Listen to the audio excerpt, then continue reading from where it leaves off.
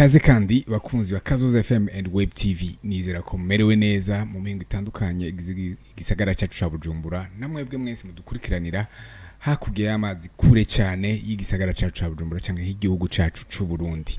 Ni kiganiro première heure ya saha ya mbere ifise byinshi ishobora kugufasha, ifise byinshi ishobora kudetermina mu buzima bwawe bwo ku munsi. Kino kiganiro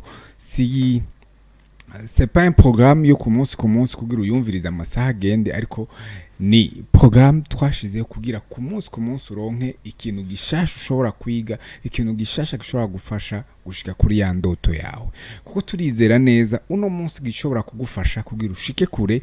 Sayo mahigwe benshi dukunda kuvuga, si talent iyo tukunda kwita ngo arafise talent, si wa mwanya mwiza, ariko ikintu gishobora guhindura ubuzima bwawe no munsi n'ikintu kimwe n'ubumenyi, ni information uronka ku munsi, ni information uronka umutwe wawe ukiri fresh. Nico gituma kino kiganiro première heure tugerageza kubazanira information zishobora kuzana impinduka ishikana kuri ryaterambere twese twifuza, rishobora kudushikana kuri kwa kugwiza umwimbu ku munsi. Uno munsi Branlin zihindura ndabazaniye ikiganiro première heure kugira tuvugane ibijyanye na cybersécurité ingeno kivuga mu Kirundi ni nko kubijyanye n'umutekano mu bijyanye n'imbuga zitandukanye dukoresha. Aho mvuze imbuga nimwumve gusiza imbuga réseaux sociaux, haro ibindi byinshi bijyanye na numérique, ingene umutekano wacu ushobora kuba umeze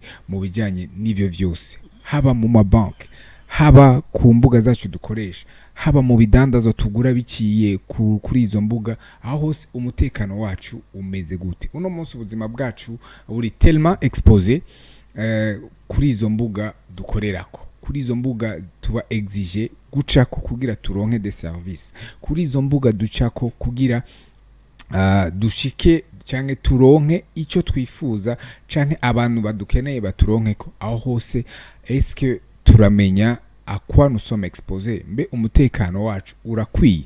Nico gituma uno munsi na twakiriye mu kiganiro première heure umutumire wacu ni François Butagari Bitas, benshi bazi nka Bitas, asanzwe ari umuhinga muri ico gisata cyane ico bita génie logiciel canke software engineering, bivanye n'ikikorohera. Uno munsi François Butagari araza kutuyagira mbe ubuzima bwacu ni gute buri expose, niki giteye ubwoba uno munsi, ni gute dushobora kucirinda, mbere ni gute dushobora gufata ingingo zibereye kugira tubeho dutekanye biciye kuri izo mbuga dukoresha ku munsi. Reka ndamushimire kuri uno mwanya yaduhaye, tunamuha ikaze mu kiganiro première heure. Merci beaucoup, murakoze cyane nyakira. Permettez-moi seulement de vous poser quelques questions. Et Koubidjane, est-ce que la question était, on est exposé ou pas? C'est quoi?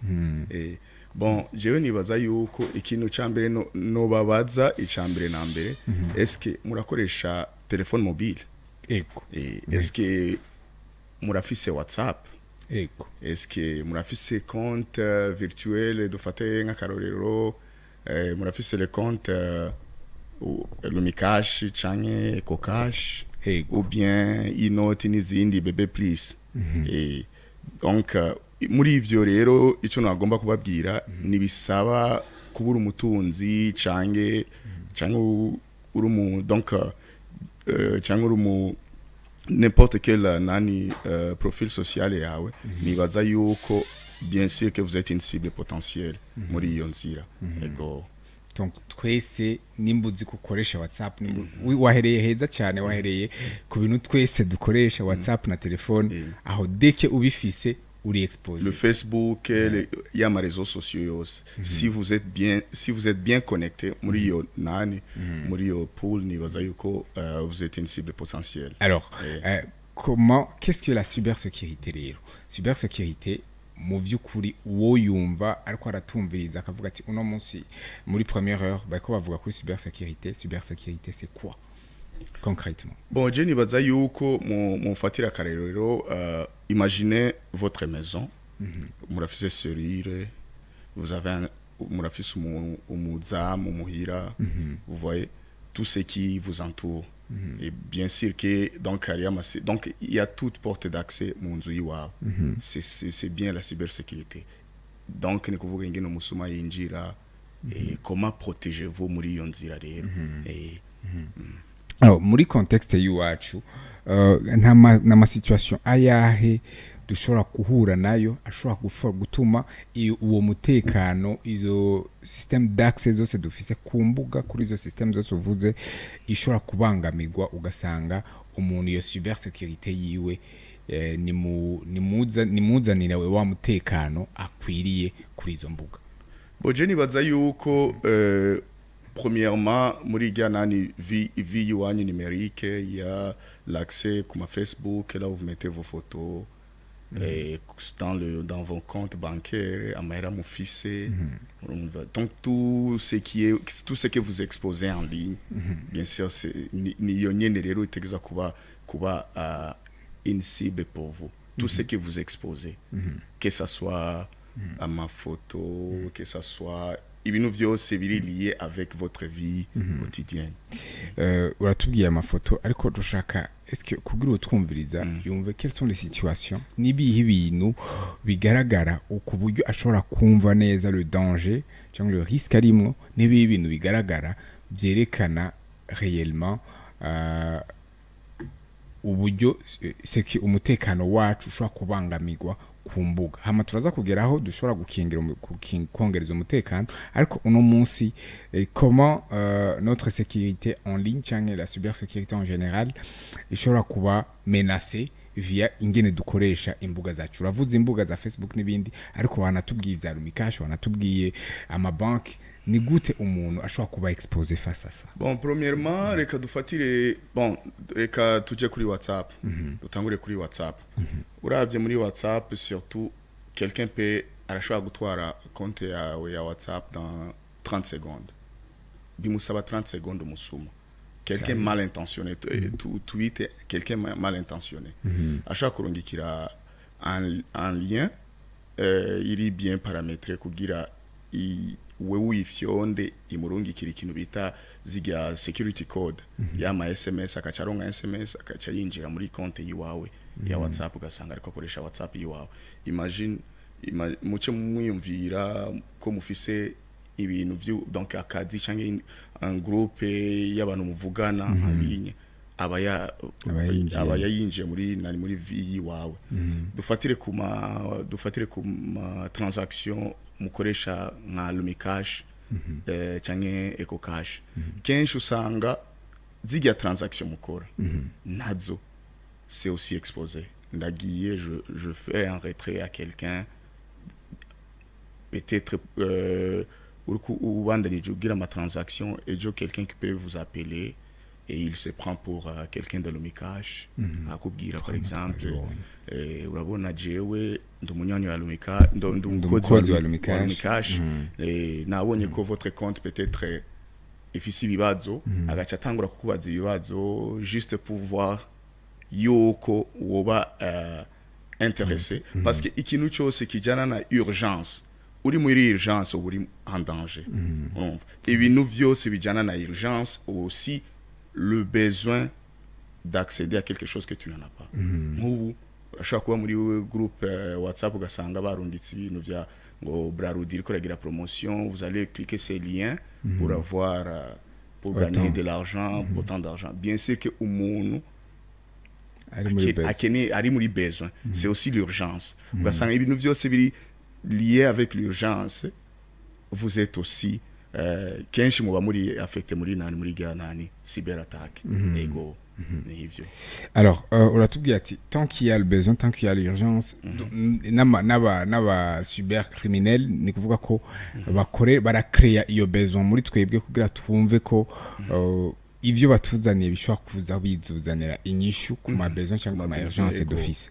Alors est-ce que c'est facile à détecter nubuhe que ce soit en ligne quelles sont les sortes de liens umuntu ashobora kumva ati nize ariyo lien iza ukabona umengo ije nka zazindi nyene uvuga ati ni lien isanzwe. Est-ce qu'il y a une différence entre le lien provenant d'une cyberattaque canke ari byose zimeze ico kimwe?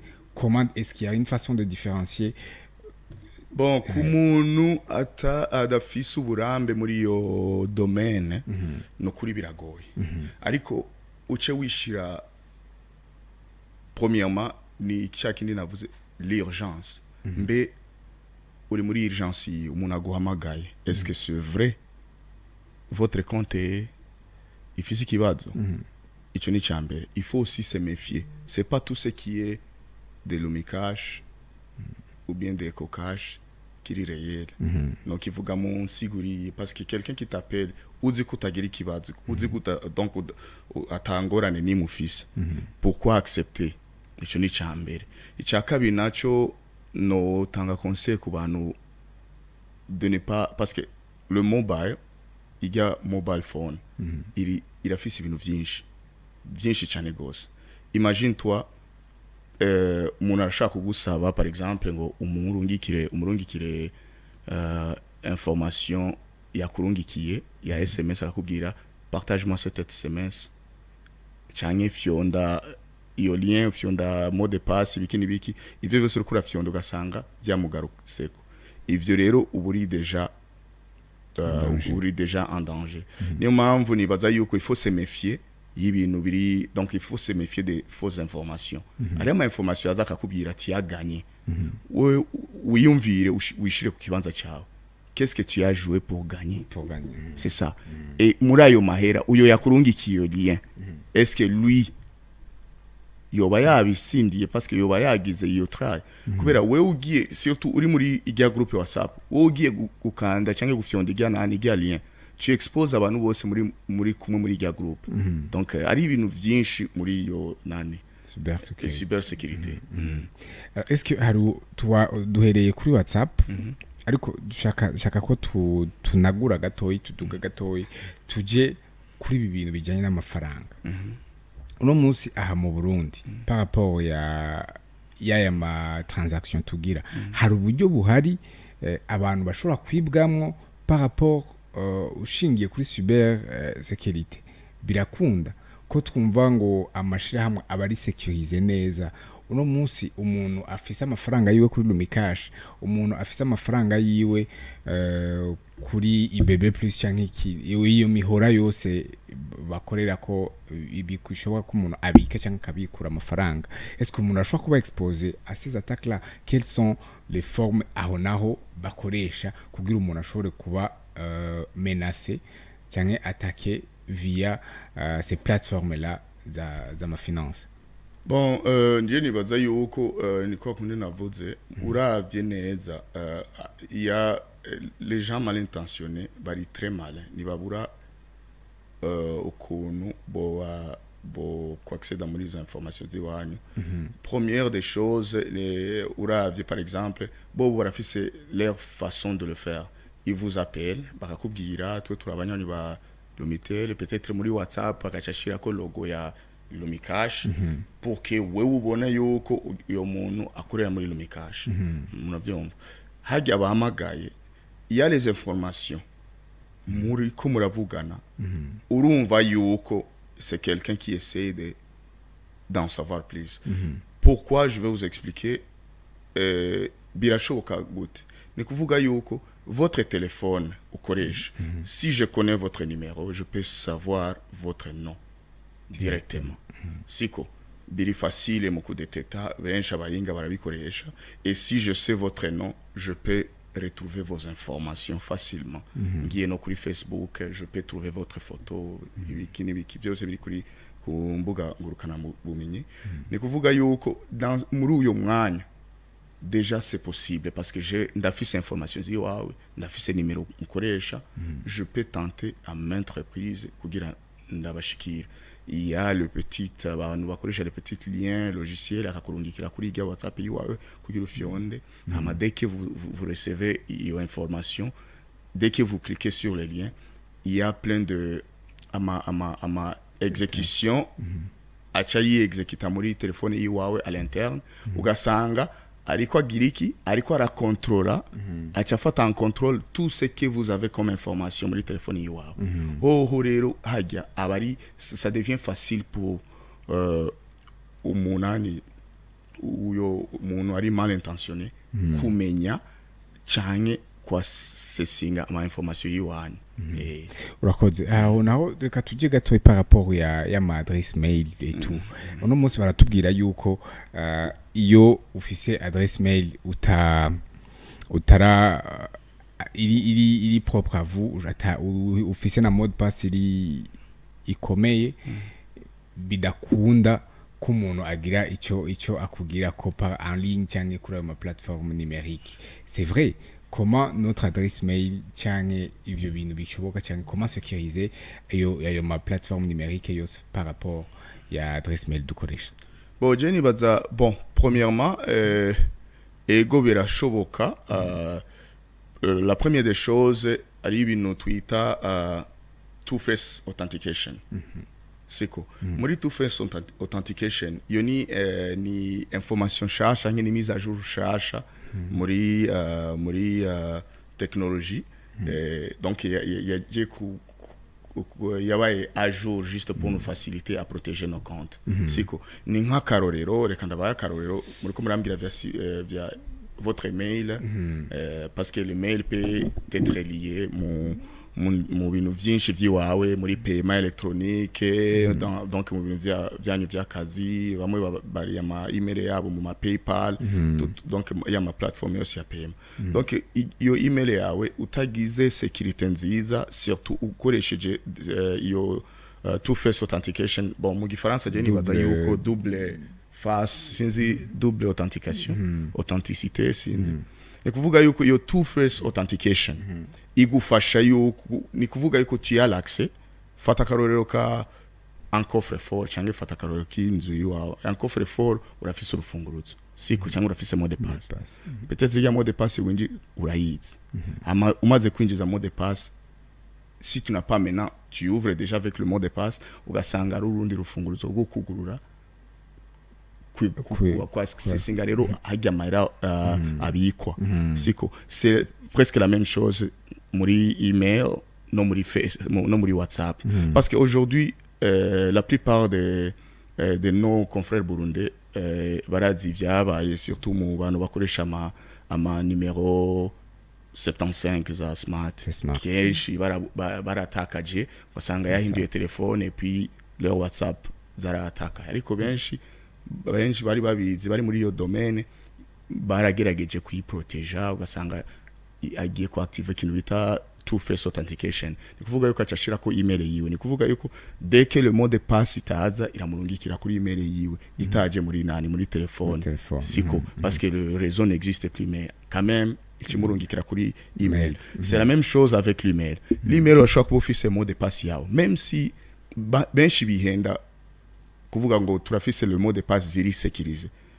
tant que utari muri iyo two-face authentication tu n'es pas sécurisé peu importe le mot de passe il y a le logiciel qui peut accéder cyangwa hackinga le mot de passe mu masaha abiri cyangwa muri 30 minutes bivana na le speed ya algorithme bakoresheje so nibaza yuko muri iyo nzira rero il faut yuko twese tumenya yuko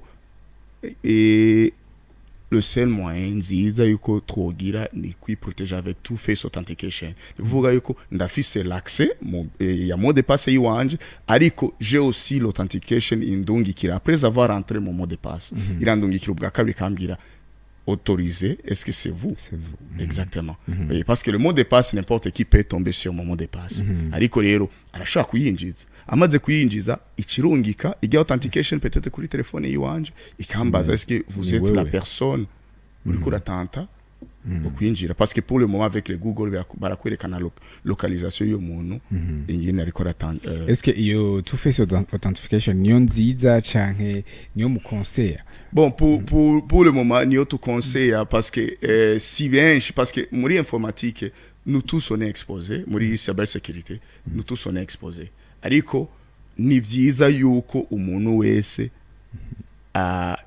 aja à jour mu bigezweho. Et pour le moment le two face authentication niyo iri kwiraza, peut-être ari abandi bariko barategura ibindi bishashe. Vous savez que l'informatique baguma babongereza ibintu vya sécurité surtout pour nous protéger. Merci.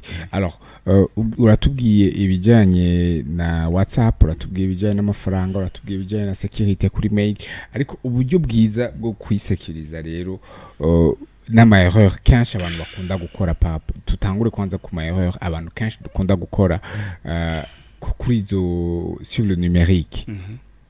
Quelles sont les erreurs zikunda gukorwa na twebwe abantu dukoresha novuga ko turi aba profane sur le sujet, tutazi byinshi ariko ugasanga tubikora tutabizi, ugasanga turiko dukora amakosa. Mbayo makosa mwebwe mukunda kubona dukora nayahe kugira tuyirinde?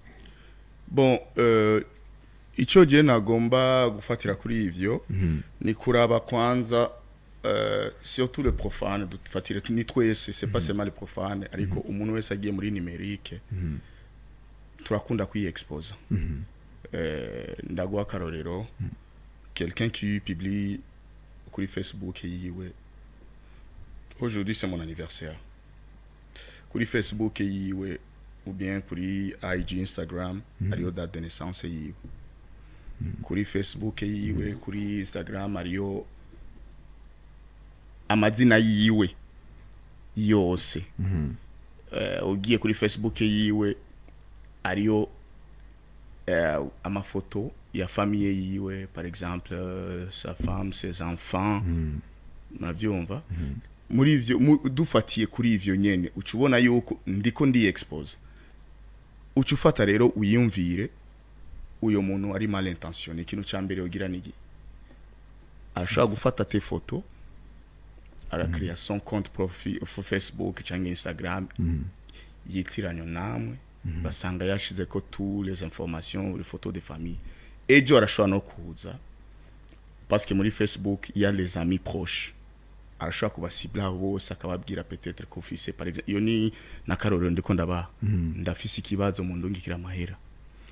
Ni c'est pourquoi nibaza yuko muri yoka conseil imwe no tanga ku bantu bataramenyera iyo monde, ifu yuko baraba ingene bon nushobora kubabuza parce que ari abantu baryoherwa gushira ko les photos. Bien sûr twese turabikora, ariko ico ni kintu cambere kiri mu madanje ya cyber attaque. Partager ses photos et sa date d'anniversaire. Akakubwira aujourd'hui c'est mon anniversaire, et je n'ai pas gufata iyo information akakubwira l'année prochaine nkandikira umuntu peut-être kubera umuntu bajya bita ba hacker. Donc baba bafise tous les informations kugira ko accessinge ko abafise tes informations aravyiga biramufata umwanya abamenye vyose kuri mwebwe, abafise toutes les informations. Uyu ni naka, c'est sa femme, n'umuntu wese ashobora kugira ikibi atangurira kuri ivyo nyene. Est-ce que on a trouvé rero ko exposer trop mettre trop d'informations en ligne nous expose? Bien sûr, ego iratu expose mu nzira nyinshi. None ko en ligne nyene badusaba izo informations. C'est paradoxal. Niyo mpamvu mvuze c'est pourquoi je dis ivyo vyose ni kwiga comment échapper muri izo tentatives. Exactement. Kubera ariyo nabandi usanga umugenzi akakubaza je ngira kuri Facebook yawe narakubuze parce que yarambuze parce que ntazina peut-être giwanje nashizeko. Peut-être ifoto yiwanje qui m'expose na yazobona. Niyo ni exemple na karorero. Ni kuvuga yuko muri uyo mwanya kugira agushikire biragoye. Il faut ikintu rero muri ijya cyber attaque, il faut laisser une porte d'entrée kugira bagushikire, ariko ukamenya ingene wicungera. Ni si kuvuga ko ugiye kwiproteger, ariko ni kuvuga yuko ajya mahigwe yo kuba comment on appelle kuba une cible pour kuri Yunani pour le cyber attaque uri kurayagabanya. C'est ça nico nagomba. Est-ce que muri par rapport à l'utilisation de ma plateforme, c'est nivyoba ku une sorte de yo kuenfreigna les lois et les critères za utilisation ugiye mu kwisekuriza mu kwiproteja kuri come again sorry mvuze nti tugiye kudatanga les informations zose kuko navuze mu ntango nakubajije nti mbe ayo ma information ko izo mbuga aho hose tujya bazidusaba eske tugiye twese gutangura kugira twisekurize tugatangura kutabishirako gutanga ibitari ivyo navyo niyo ba une autre forme ego tuzoba turiko turikingira ariko une autre forme de créer les faux personnages kuri izo mbuga cyangwa sur le numérique. Bon, Jenny baza yuko ari ikintu mwavuze ko babidusaba. Est-ce que c'est obligatoire? Ico ni cyambere. OK. Est-ce que c'est obligatoire? Kugira quand tu crées un compte Facebook bakakubwira upload arizo dusanga ziri obligatoire nizo dusanga zifata upload your photo. Kuri rero il faudrait différencier dufatire kuri ibintu badusaba biri obligatoire ngiye muri online banking peut-être comme banque en ligne kugira nuguruze compte yanje ça c'est privé peut-être ça c'est professionnel ariko kuzindi ngurukana bumenyi nka Facebook sinibaza ko ari obligatoire nawo no share ku photo nashize ko nafashe ifoto igishugwe riri nyuma yanyu ndashobora ku uploadinga photo yiwanje nkashira ko n'izina par exemple hashtag uko nyene kandi Facebook iranyemerera nije rero kurondera l'entourage yiwanje mes amis ego ni muri yo context nyene ariko sinibaza yuko biri obligatoire ariko bivana na information mutanga bivana na ningene mubifata comme obligatoire.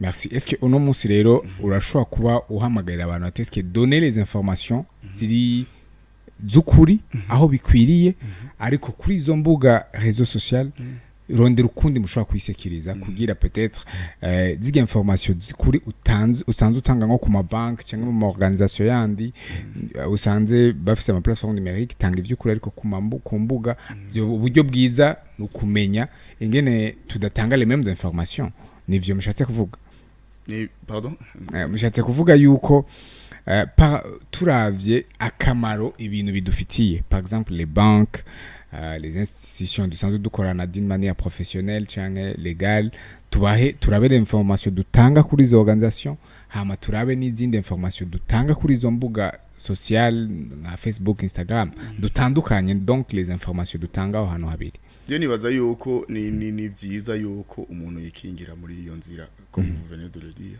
nibaza yuko ari bikenewe ariyo nibindi biri donc ni bya bindi dukunda socialize donc socializa cyane sinzi mu terminal ukoresha mu kirundi kwimenyesha kwimenyekanisha okay sava merci kwimenyekanisha ugasanga uri kuri expo bien sûr benshi barabikora ariko kugira ivyo bintu bibaza yuko barafise leurs avantages muri ivyo bintu ariko parce que bimusaba yuko aja en ligne ayita donc amenye donc yimenyeka donc ugiye muri iyo nzira ni kuvuga yuko wewe washime kuja muri iyo nzira parce que niko kazi kanyu ka misi yose ariko aussi mugiye muri iyo nzira il faudra aussi penser comment se sécuriser muri izo nzira za cyber attack. Merci. Mbe uno munsi uje ukora twumva ushobora kuvuga ati je noshima menye les signes. Quels sont les signes ushobora kunyalerta par rapport à cyber attack? Twavuze kubijanye n'ama message n'ama lien ariko par rapport y'umuntu akoresha ordinateur mu buzima busanzwe arakoresha arafise des sites ajako arafise des activités akora en ligne sur le numérique. Quels sont les signes zishobora kumualerta zimumenyesha ati toi tu es en train d'être attaqué cyane hariho ikintu kitagenda neza ku mbuga zawe? Bon amasigne menshi bon jewe ndabaye akarorero kiwanje mu buzima bwa misi yose je nkorera ku ma platform atandukanye iya amasinya ni menshi cyane ugasanga imashini yawe premièrement ma email dufatire ku ma email les signes za mbere urazibona mu ma email babarungikira buri munsi ugasanga quelqu'un qui s'appelle John Carol ariko rakubwira ariyo embauchement donc ari akazi kabonetse ahantu undungikire CV yiwawe iyo ni signe ya mbere. Premièrement ikintu cyambere wowe mushobora kwibaza est-ce que uyu muntu turazinanye il faut être vigilant mu kintu cyose. Pourquoi moi? Why me? Mbe mu bantu donc muri population imwegereye yitwegereye nga mu Burundi est-ce que ni jeje nini no banaronse iyo message? Siko ce sont des signes nk'umuntu akubwiye ngo tu as gagné de l'argent tusubiyemo muri bya bindi twavuze il faut te demander ayo mahera yavuye he izo miliyoni bariko bakubwira ko tu as gagné zivuye mu kirere juste kugira mwebwe mube ciblé kuronka ayo mahera. So ce sont des izo ni signes amasinya yandi ari amasinya menshi surtout muri dufatire ku ma Lumicash EcoCash je ndabivuga cyane kubera nivyo dukoresha bon uravye umuntu akagutelefona akakubwira je ndi muri Lumicash iyo ni indi signe uwo muri Lumicash akagutelefona akakubwira urafise ikibazo muri konti yawe akoresheje nimero y'ikinyagihugu yego kenshi bakoresha ama WhatsApp kubera WhatsApp iri facile kugira ubone profile y'umuntu aguhamagaye siko ukibaza rero eske nivyo ndafise ikibazo kubera ko uyu muntu ampamagaye. Ce sont des signes à éviter. Siko ikindi naco il faut jamais partager ama message muronse umuntu araguhamagaye akakubwira partage-moi les informations que je vous ai envoyées mutazinanye aho hantu hasigure neza. Il faut jamais partager les informations muronse kubera iki partager dans quel sens? Dans quel sens? Ndashaka kuguhamagara nkakubwira ariyo nimero wabonye muri telefone yiwawe canke cliquez ce lien puis envoie-moi ce numéro qui se génère dans votre compte. Il faut jamais le faire. Ariyo n'umuntu ashobora kukurungikira mahera canke ashobora kugusaba mahera umuntu ndashaka kuronka telefone canke WhatsApp y'umugenzi one turabagenzi ndazi nimero zanyu ejo ndakuzi ndazi ama conversation tugirana buri munsi ariko ejo ngiye kubarondera peut-être mwe mwampamagaye mukoresheje indi mwanyandikiye mukambwira no mon frère Jewe François ndafise kibazo ngomba mundukira mahera habaye iki kandi tu m'as jamais demandé cyangwa nitwigira tugira ibyo donc izo discussion aho rero ni alert ya mbere donc nivyo uri kurambaza ubimenya gute ari amasinya ari mu nzira nyinshi ariko twofatira muri rusange amasinya tumaze kubona umuntu aguhamagaye ariko gusaba les informations de ton compte wewe naka kubira abafise idina ryawe ariko benshi bibaza yuko umuntu azi amazina yanje n'umuntu akora muri ayo mashirahamwe donc yo gutuma nakoma mais c'est pas ça nandi ndashaka kumenya ndonse nimero yiwawe ndashaka kumenya idina ryawe nkacanja kubizirondera muri internet donc ariyo les deep search zirashaka kuronga les informations z'umuntu wari wese on va bivana n'ingene mwishize en ligne donc il y a trop de signes ndashaka donc ubaye umusible uyo muntu ateguza kugukurikirana pole gushikaho donc ce sont des signes ari bibazo babaza umuntu akagusaba ibintu ugasanga urakoze hama tuje rero mu bijanye n'akazi ka misi yose dans un cadre professionnel est-ce que hariho des pratiques dukunda gukora cyangwa mukunda kubona abantu bakora d'une manière spécifique kuba professionnel usanga bibe exposa kuri sécurité yabo numérique? Question sinzoshaka en fait c'est kuvuga ko ama pratique usanga umuntu ubwiwe akora mu bijanye n'akazi kiyo ka misi yose ku kazi mu vyo akora buri munsi cyane d'ordre professionnel ari ugasanga ivyo bintu akora biramu expose biratuma aba expose kuri ya cyber attack ivyo bintu byo babihari. Bon muri ivyo bintu je nofata karorero ku bantu donc bakorera mu bintu muri izo online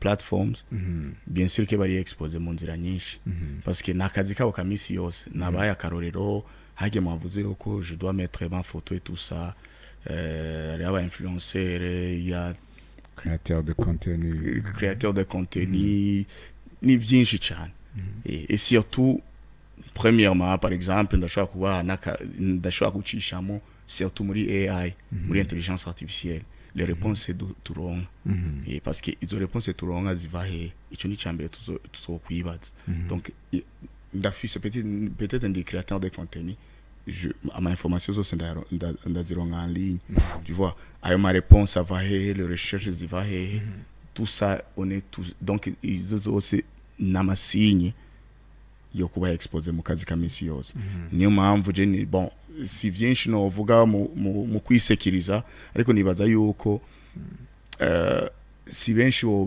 bomenya kwisekiriza ariko deke baronse izo nani donc il faut yuko bamenya comment est-ce que ayo ma pratique abantu bakora arashobora kuexposa toute l'organisation cyangwa entreprise bakoreramo ni gute ivyo bintu abo bantu bakora cyangwa ivyo bintu dukora buri munsi bishobora gusanga bigize ingaruka kwishira hamwe dukorera cyangwa dukoresha bon je no fata dufatire akarorero kuri ama société uno munsi reka ndaba akarorero il y a les sociétés zifise zigira ma communication entre Kazoza avec d'autres sociétés akona karorero ugasanga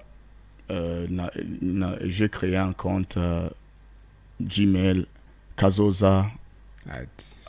kazoza@gmail.com iyo ni exemple ejo igamere ndashaka kwipirata irashaka kuba pirate par exemple cyangwa irashaka kuba cible ugasanga iriko rarungika ama information ku wundi mu partenaire wawe nako nakarorero cyangwa uyo muntu ya créer iyo nani aragiye siko ugasanga la société yo bifise ujya nyene yatwaye nani ariko arakomunika ku izina rya société premièrement nibaza yuko en tant que société on doit éviter izo nzira za communication email zikaba sécurisé gute jere kamfatira karorero la maison comme Kazoza niyo bura mail professionnel yabo uvuze mail professionnel donne un exemple d'un mail professionnel bon par exemple ndashaka kuvuga Kazoza TV www.kazozatv.com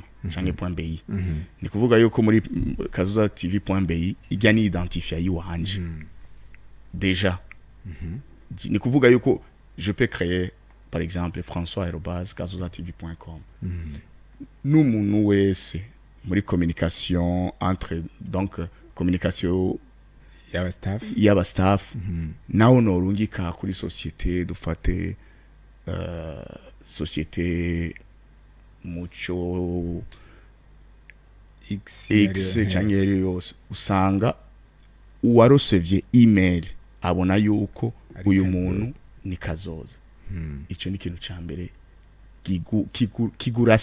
kikurasira ko wewe uri ce que tu dois être siko mais n'empêche que udashobora kugira contrôle yo kumenya uyo muntu est-ce que c'est la personne réellement anyandiki ariko umaze kuronka l'information ikwereka yuko uyu muntu nivyo akora muri Kazoza turiko dufatira kuri iyo nani ya Kazoza ni kuvuga yuko ibyo byose iyo ni ikintu ca mbere kiyerekana yuko nkorera kuri nani ica kabiri tugiye muri iyo nyene mais il faut pas abuser parce que ari abantu ugasanga je nkoresha compte Kazoza ndiko ndaja kwiinscriva mu bintu en ligne bitajanye na business ya Kazoza ugasanga ngiye muri bintu vya site ziri profane donc ukoresheje ya mail y'akazi ukoresheje donc ijya identité y'akazi donc ya Kazoza ni kuvuga yuko non c'est muri kura urononera la société en soi wishize mu ngorane et aussi muri mwebwe profile yahanyu ikwiraba nani ntashi aho turiko turavuga mu mapratike abantu tugira ugasanga ariko arantasha notre organisation uratubwiye mail ariko urashaka kudusigurire neza iyo mail iba créé gute hama umuntu aza kwikoresha gute bigaza gutera ingorane ku muntu aspect ya mail mbeho na ma mail gusa ashobora kuba atera ingorane kuri usage numérique muri organisation oya sama mail gusa ni vyinshi je nafatiye akarorero kuri mail kubera nizo kenshi uvuze nka organisation zikunda gukoresha siko cyangwa ugasanga le numéro de téléphone iri associé kuri iyo société par exemple je shaka guha numéro de téléphone iri associé kuri iyo nani ugasanga iri kwikoresha mu bundi buryo butajyanye n'iyo nani et demain bica bituzanira ingaruka mbi en tant que société muri nani nibaza yuko même les attaques y'ivyo bintu tujako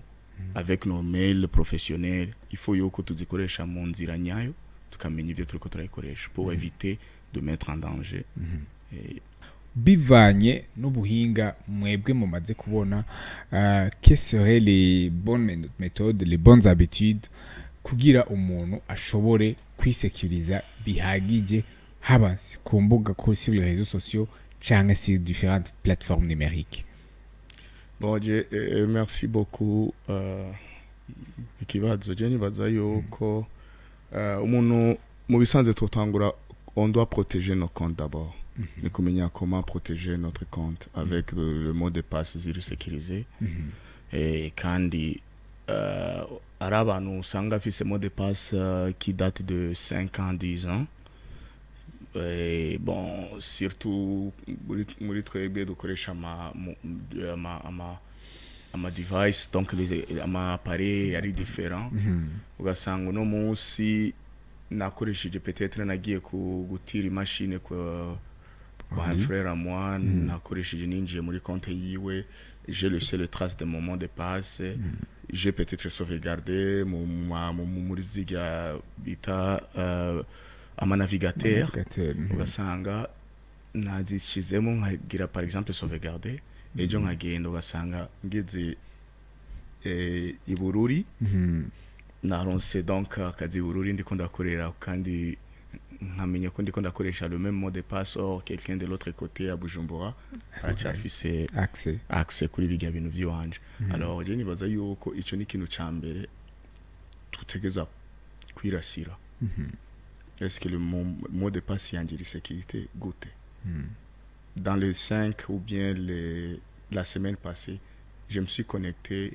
nkamenya kandi nkaba mfise au fait ni sinzi ngene no yita ni routine yo kumenya chaque instant je dois changer mon mot de passe et kandi le mot de passe doit être sécurisé avant yuko tushira muri zo multi-factor authentication change two face authentication or two step authentication okomo dit ariko nkamenya yuko avant yuko nkoresha kuri yo two face authentication nigeza kuproteger igia mot de passe yanje gute par exemple avec les caractères spéciaux au lieu yo kwandika a je peux mettre arrobase et au lieu kwandika gitega igia gi ndashaka gushira 1 parce que ce sont des robots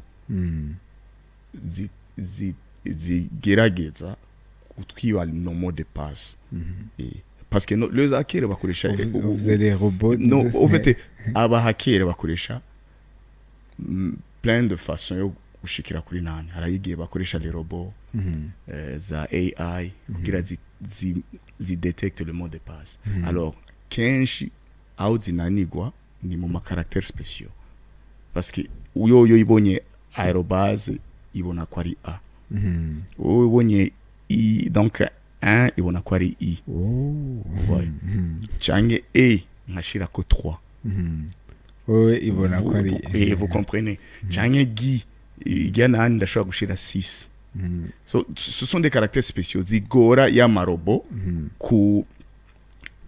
kuba donc en fait zozo zirafise une idée il y a les contenus ya mot de passe ariko hajya kuri caractères spéciaux niho kenshi zifailing et dans ce cas rero muri yo nani il faut toujours gushirako nani le mot de passe ziri sécurisé. Pas seulement ça, ukacha uja muri ga multi-factor authentication cyangwa two-factor authentication kugira wiprotéger en plus davantage. Il va être compromis le mot de passe, mais vous avez backup isigaye uburyo bwa kabiri. Uratubwiye par rapport à mot de passe ubundi buryo aho bahari ubundi buryo. Bon ubu n'uburyo bwa mbere et surtout aussi je nibaza yuko kenshi twofatira muri ubu buryo bwa mot de passe et aussi éviter surtout mu ma mail yiwa kera twakora mu ma cyber café ukaja gushira ko le mot de passe ukayire kuko nyene ugasanga plein de gens peuvent accéder à cette kuri yo nani kuri compte yawe cyane ugasanga imashini yanje pour moi imashini yiwanje ni gwanje je nyene siko ni kuvuga ko tout ce qui est là je dois ntegeza kubimenya. Mon téléphone c'est à moi ni kuvuga yuko parce que téléphone yawe urashaka kuyisiga ngaho ugasanga urafise iri lié avec vos comptes bancaires siko je ndashobora kuba nagusabye téléphone juste kugusaba téléphone ahantu mais tu ne sais pas uwo muntu telefonye ninde mais c'est moi qui l'appelle sinon sinzovuga ko natijije naka kugira akoresha téléphone yanje kugira information igenda c'est moi niyo mpamvu ntegeza kwiprotéger à ne pas laisser nos téléphones ku bantu tutazi kubera umuntu wese afise telefone ategereza kuyiprotéger. Protéger nos téléphones, protéger nos téléphones, protéger nos comptes. Donc uraraba au fait il y a aussi le navigateur dukoresha. Surtout ndiko ndaja mu ma site ma différents sites il faut que ndaba ko iyo navigateur ndiko ndakoresha est-ce qu'il est à jour parce que ikintu cyose ijya mise à jour bidusaba mu ordinateur yiwacu c'est pour améliorer ama sécurité ku mafayi amwe peut-être aba développeurs abashize aba disponibilité izo ayo ma equipement tukoresha buri munsi bisaba yuko tugira tuisunza ku mise à jour amwe kandi tukaya respect. Yego kwera n'umuntu aragira check up aja mu bitaro akaraba santé yiwanje meze gute ni c'est la même chose et aussi ikindi naco nagomba kuvuga surtout se méfier des messages kubera ikintu cyama message kenshi urazi umuntu yitwa ko ari umusuma na urgence abafise arafata elle prend tout son temps. Ouais, urgence wewe non sorry umuntu ko yitwa umusuma abari muri urgence ico kintu benshi bategeza kubimenya aba muri urgence kubera agomba atwara ivyo ubona biri hafi mu mwanya wonyene yaboneye nk'umuntu ariko araguhamagara umusize en suspense ukamubwira ndindira gato reka ndabe nawo ubwira je ndafise akazi reka saona kibazo na mwanya mfise nzobasigurira bijya birafasha agir d'abord donc nibaza yuko ico kintu ifu yuko tukimenya twese umusuma umushize muri hold muri pending surtout na urica plan ziyo urica plan ziyo kubera abafise ama planning menshi urakoze cyane uno munsi uratubwiye je voulais aussi sinzi nagomba je voulais aussi laisser un tout petit message pour surtout ni une seule image à nos auditeurs uno munsi barakora tumva ce matin et bamenye ko telefone yabo votre téléphone c'est votre maison numérique et ico ni au conseil no ba c'est votre maison numérique et puis ne laissez pas votre porte ouverte.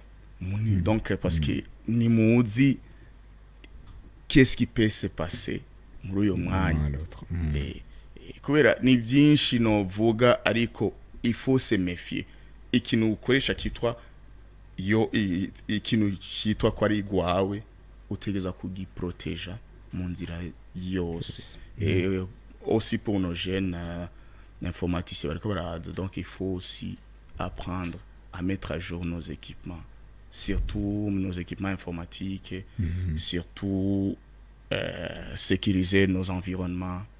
Le serveur dukoresha za mail professionnel, il faut le mettre à jour, tukaraba ko zifise les sécurités ziri appropriées. Donc ni muri yo juste muri yo. Merci beaucoup, urakoze cyane monsieur François Butagari kuri no muco uduhaye. Ni ibintu byari ngombwa cyane kugira abantu tumenye by'ukuri ni gute abantu babatake. Abantu turakunda gukoresha imbuga, abantu turakunda abatwitura ubu telefone wumva umengo arashaka kuduserva ikintu, tuvume ngo aratwitayeho, kumbe tuba tuzi nka kubyo babivuze neza ati intention ziwe ari bari umuntu ari très mal intentionné, ugasanga ashaka kutubwira nabi. Hari ibyo wavuze bihambaye byo gukunda gutanga des informations zose tukumbuga, ugasanga parce que turabishima, turashaka ko abantu babona ibyo turimo, turashaka ko abantu bamenya aho tugeze, ugasanga on partage trop d'informations. Izo informations ugasanga zije zidushira en danger par rapport iyo umuntu ashobora kuba ari mal intentionné, tukasanga tubaye une cible iri très facile. Rero merci beaucoup kuri uwo muco, tunabashimira ku mwanya mwiza waduhaye. Abari mu gatondo mwarimu byakunda ko muja mu bindi ariko mwahisemo guhera hano mu isaha ya mbere cyangwa kuri première heure kuri Kazoza FM. Merci beaucoup François. Murakoze cyane, murakoze ku butumire. En tout cas muyibuke gusa kugira pause d'agir, kubera l'arme numéro 1 d'un escroc niyo nyene. Il faut agir. Merci beaucoup. Ati prenons pause. Iyo umva kuri attaque cyangwa umva ko ariho umuntu ariko arakuvugisha utabona neza ivyiwe, mushire muri pause. Ivyo uri kuragabanya umwanya wiwe wo kukugirira nabi sur le numérique. Merci abakunzi ba Kazoza FM and Web TV, bakunzi b'ikiganiro première heure. Tous les astuces ziri muri kino kiganiro, tu es attaqué, tu as l'impression ko hari ikintu kitariko kiragenda neza. Kino kiganiro tuharonkeyemo toutes les informations dushobora kudufasha kuba sécuriser ku mbuga zacu, ku ma plateforme numérique dukorana nayo. Ndabifuriza umutekano, ndabifuriza iterambere, ndabifuriza gukora mugwiza umwimbu kugira kino gihugu cyacu kibashe kirushirize kuba igihugu ciza cy'itekane. Merci beaucoup, à la semaine prochaine. Murakoze. Kazoza FM, be your own boss.